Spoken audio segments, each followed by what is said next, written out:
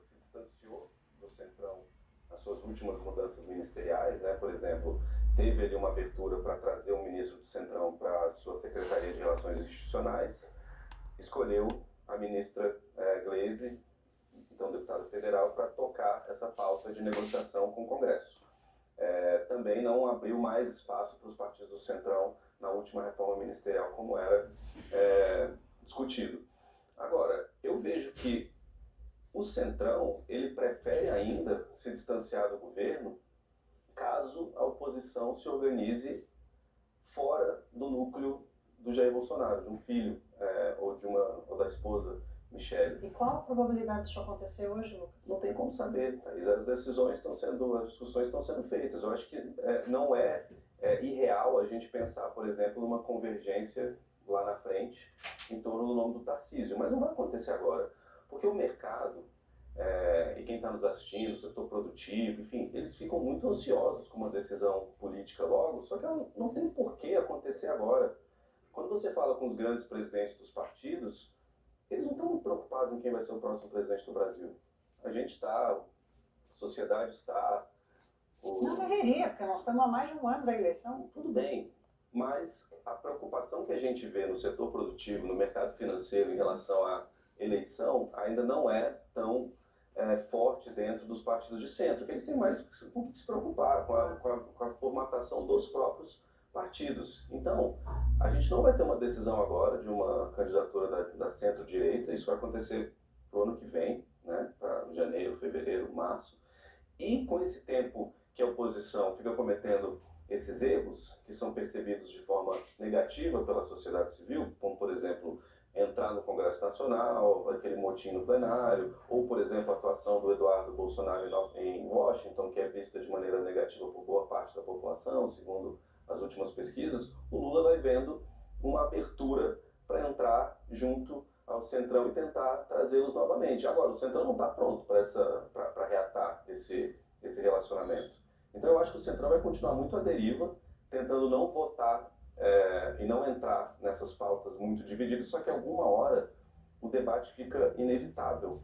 Em algum momento, o presidente Hugo Mota da Câmara, que, só para fazer um pequeno comentário em cima do que o professor Leonardo disse, ele tentou restabelecer algumas coisas, até fez, né? Por exemplo, se a gente pega regimes de urgência, projetos de regime de urgência votados no ano do Lira e nesse primeiro ano do Hugo Mota, caiu mais pela metade.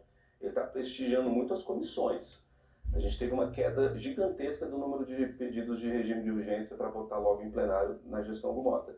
Agora, o Hugo talvez ser presidente de poder hoje no Brasil é um péssimo negócio, né? E o Hugo está com a pauta mais indigesta dos últimos anos de presidência da Câmara, né? O Arthur Lira não teve que lidar com anistia, tarifaço, prisão domiciliar do Bolsonaro, a polarização da sociedade chegando dentro do Congresso, que isso é uma coisa que sempre diferenciou um pouco o Congresso. A gente tinha uma polarização muito forte, só que o Congresso evitava votar as pautas. A gente pode chegar agora num momento divisor de águas, onde o Congresso seja forçado a discutir talvez o projeto mais polarizante do país, que é a anistia. Anistia. O Centrão não quer, mas às vezes a pressão chega. Vai se impor.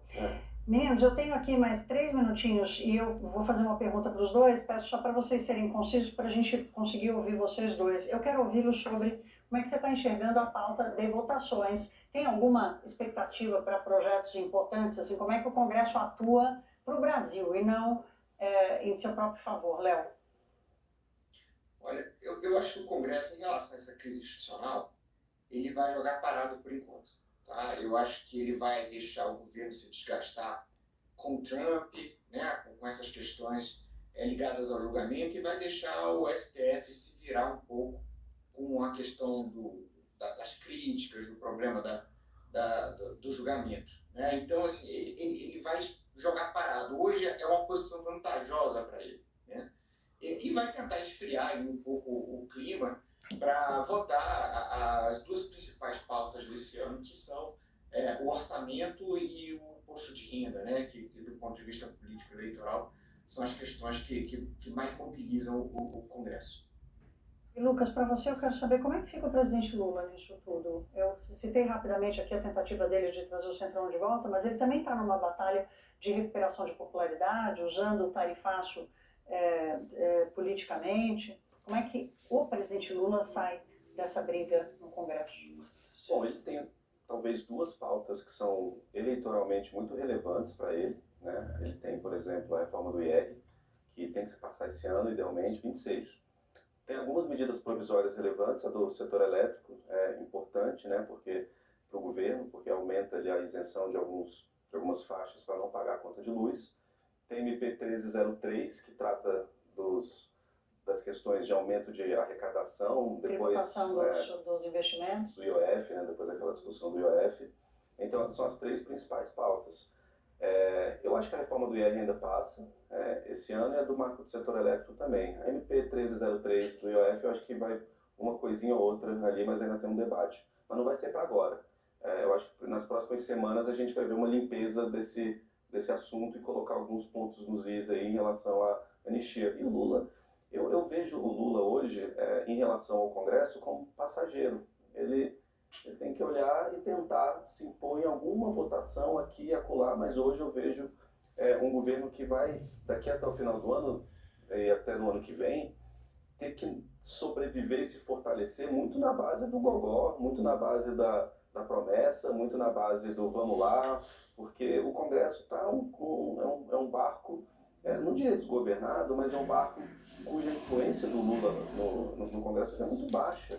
As lideranças vão fazer as pautas que querem, vão pautar o que quiserem. A gente tem uma independência hoje muito maior e o governo não tem uma moeda de troca tão grande para tentar forçar uma pauta a andar ou não. Então eu acho que o Lula vai tirar o pé nas negociações com o Congresso em várias frentes, vai deixar os assuntos tentarem se resolver de maneira natural e, se tiver um espaço, tentar se aproximar do Centrão, que eu não vejo ainda como algo que vai acontecer.